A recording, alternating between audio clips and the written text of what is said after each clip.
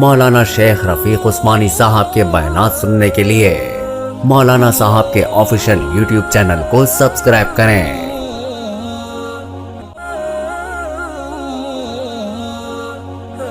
دنیا میں انہیں کامیاب فرمایا اور آخرت میں کامیابی کا وعدہ فرمایا، اور جنہوں نے وقت کے نبی کی بات نہیں مانی دنیا میں اللہ تبارک و تعالیٰ نے انہیں ناکام کیا اور وعدہ فرمایا کہ قیامت میں بھی یہ ناکام ہوں گے۔ میں نے جو آیتیں آپ حضرات کے سامنے تلاوت کی ہیں اس میں تیسری آیت جو ہے مالک یوم الدین، اللہ تبارک و تعالیٰ روز جزا کا مالک ہے۔ یہاں یہ بات سمجھ میں آتی ہے کہ اللہ تبارک و تعالیٰ آج بھی ہر چیز کا مالک ہے۔ کوئی ایسی چیز اس کائنات میں نہیں ہے جس کو اللہ تبارک و تعالیٰ نے پیدا نہیں کیا اور جس پر اللہ تبارک و تعالیٰ کا حکم نہیں چلتا اور جس پر اللہ تبارک و تعالیٰ کی بادشاہت نہ ہو۔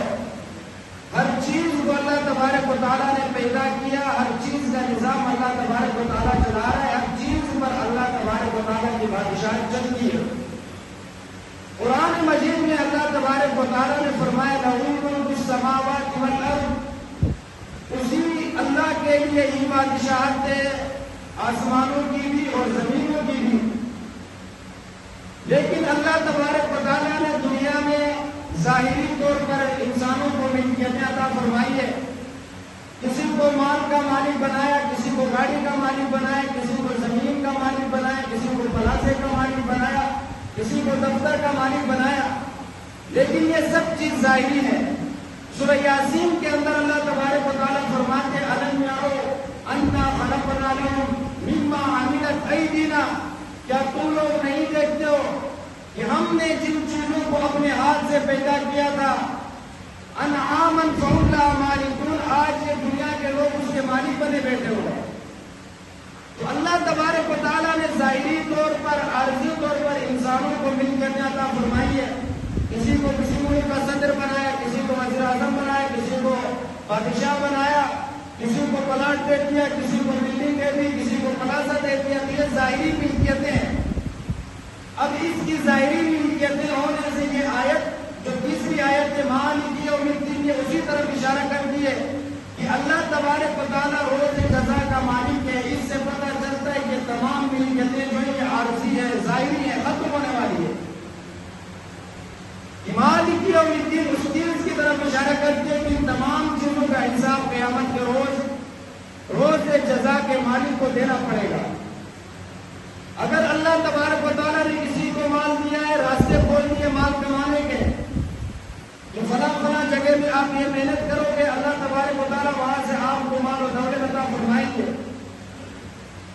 اب اللہ تبارک و تعالیٰ قیامت کے روز یہی ان سے سوال کریں گے کہ ہم نے آپ کے لیے کمانے کے لیے راستے کھول دیے تھے، آپ نے وہاں سے کس انداز میں کمایا، اس کے لیے بھی ہم نے دو راستے دیے تھے، ایک حلال طریقے سے، ایک حرام طریقے سے۔ آپ نے کس انداز میں وہاں سے کمایا اور کہاں پر کس انداز میں خرچ کیا۔ تو یہ تمام مالک یوم الدین کی آیات ان تمام چیزوں کی طرف اشارہ کرتی ہے کہ جو ظاہری ملکیتیں آپ کے پاس ہے، مکان ہے، پلاٹ ہے، گاڑی ہے، بلڈنگ ہے، یہ سب ختم ہونے والی ہے۔ اور اس چیز کی طرف بھی مالک یوم الدین اشارہ کرتی ہے کہ آپ کے تمام ملکیتیں ختم ہوں گی اور جو چیزیں آپ کے حصے میں دی گئی تھی عارضی طور پر، ظاہری طور پر ان تمام چیزوں کا حساب اللہ تبارک و تعالیٰ روز قیامت آپ سے لیں گے۔ کہ قرآن کریم میں جب یہ تمام دنیا کی عارضی اور ظاہری ملکیتیں ختم ہو جائیں گی، اس وقت ایک ہی مالک ہوگا، ایک ہی بادشاہ ہوگا، وہی بادشاہ ہے جو روز جزا کا بادشاہ ہے، جو روز جزا کا مالک ہے۔ تمام ملکیتیں ختم ہوں گے، تمام چیزوں کی ملکیت کسی کے ہاتھ میں۔ قرآن کریم میں آتا ہے جب انسان تمام چیزیں ختم ہوں گی، تمام ملکیتیں ختم ہو جائیں گی، انسان کو دوبارہ زندہ کر دیا جائے گا۔ تو حدیث میں آتا ہے جب انسان کو دوبارہ زندہ کر دیا جائے گا تو اس کے بدن پر کوئی لباس نہیں ہوگا، وہ بندہ ہے۔